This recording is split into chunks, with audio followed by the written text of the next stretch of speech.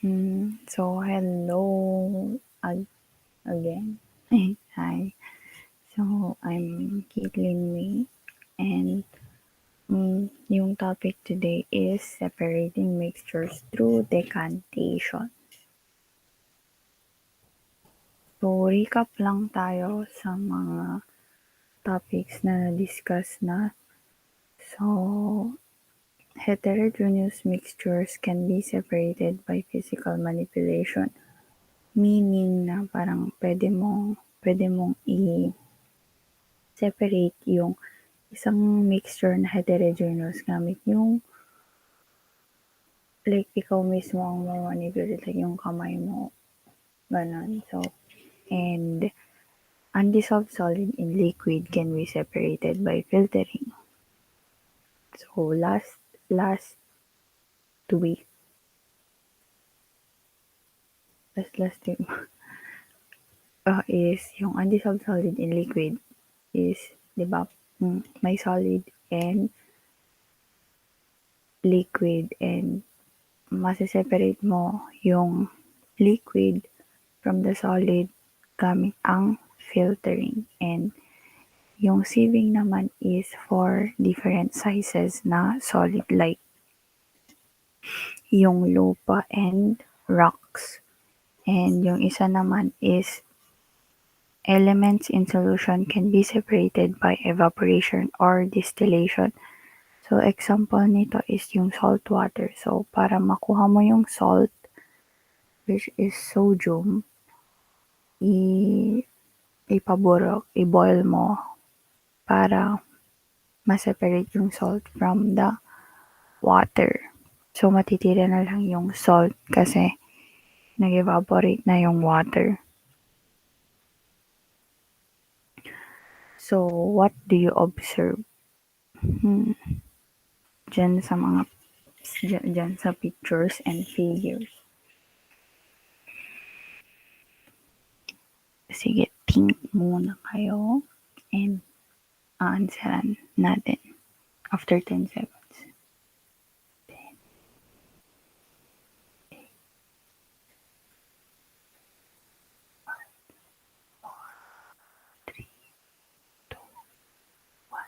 Okay.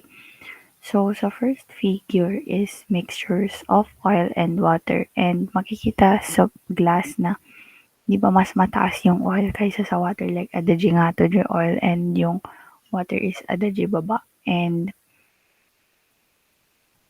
yung isa naman is may water and muddy water. Yung clear water is adagyo nga to and yung muddy water is adagyo baba. And dun sa third naman is glass rod help in decanting. So, may rod and pino-pour niya yung isang glass sa other glass na may rod. And yung isa naman is liquid and undissolved solid. And pino-pour out niya yung liquid from the other glass to the other glass. So, what we observe here is may hindi nagmi-mix yung dalawang liquid.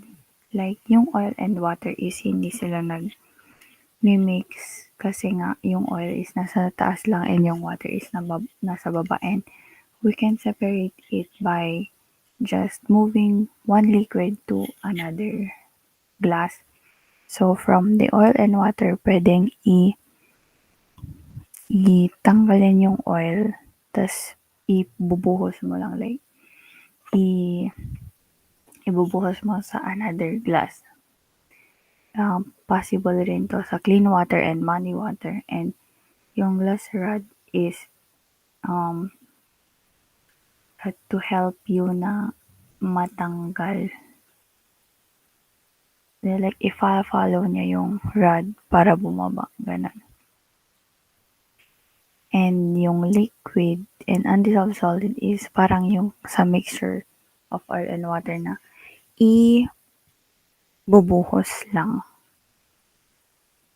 So, what is decantation? Decantation is a technique used in separating a less dense substance from a dense one.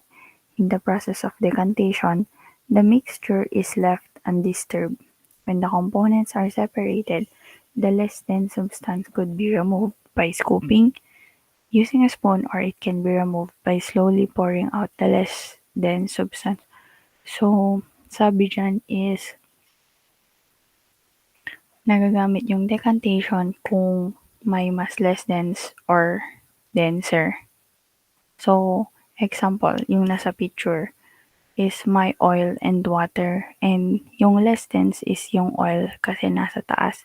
Basta nasa taas yung object is less dense siya, like that. So, 'di ba yung oil is nasa taas, so meaning less dense siya.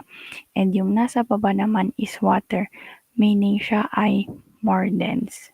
Like parang mas mabigat, oo. And yung oil is mas magaan kaya nagflo-float siya nasa taas.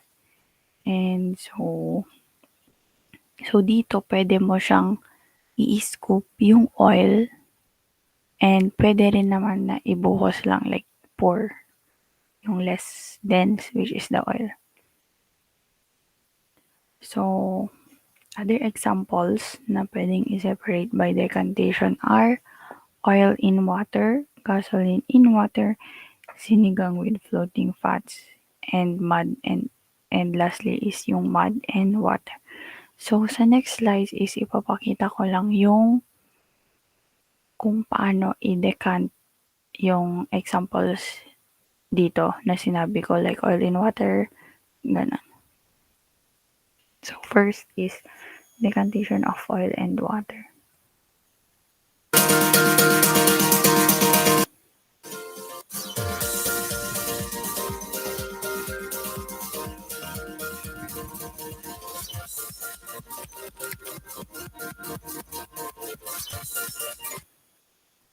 Wait. Ayun.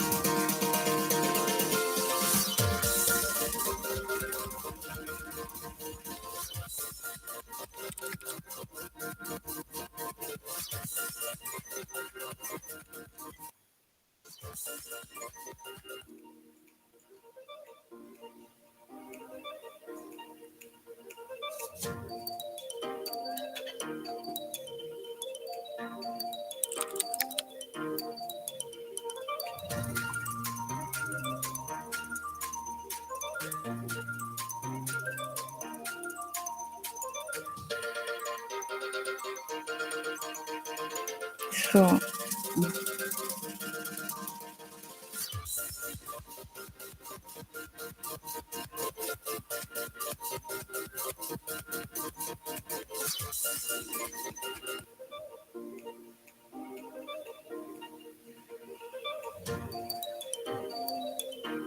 Oil floods in a tap water.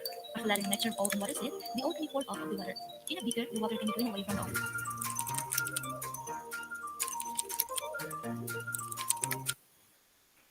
okay. So, dun sa ipinakita is, di ba, pinag-mix niya yung oil and water. Tapos, hindi sila nag-mix, and after some time, like nag-wait siguro ng mga 5 minutes, and nag-separate ulit yung oil and water. So, tapos yung ginawa niya is ibinuhos niya yung oil sa isang cup, and yun yung process ng decantation.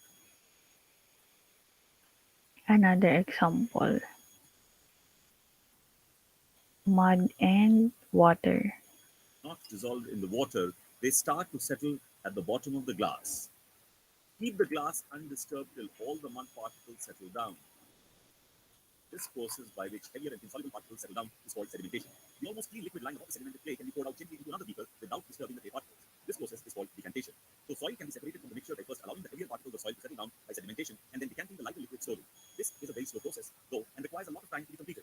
The water we get after this is still not fit for drinking and requires more treatment before we can call it fit to drink. Try to mix sand and clay in water thoroughly and observe.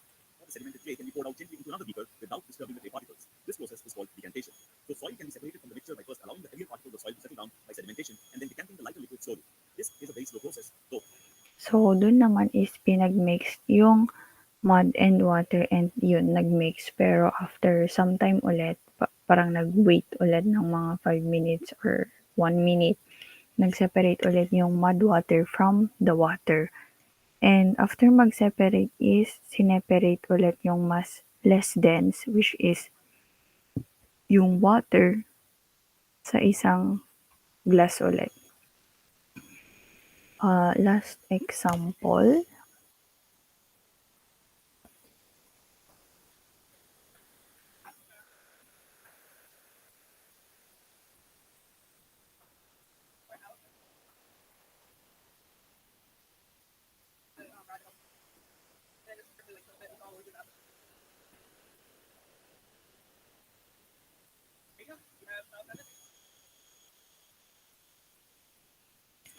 So, sa last example sa video is my pebbles, which is small rocks, like maliliit na bato, and my water. And dahil hindi naman sila nagmi-mix, yung water, which is less dense, is yung pinor na lang sa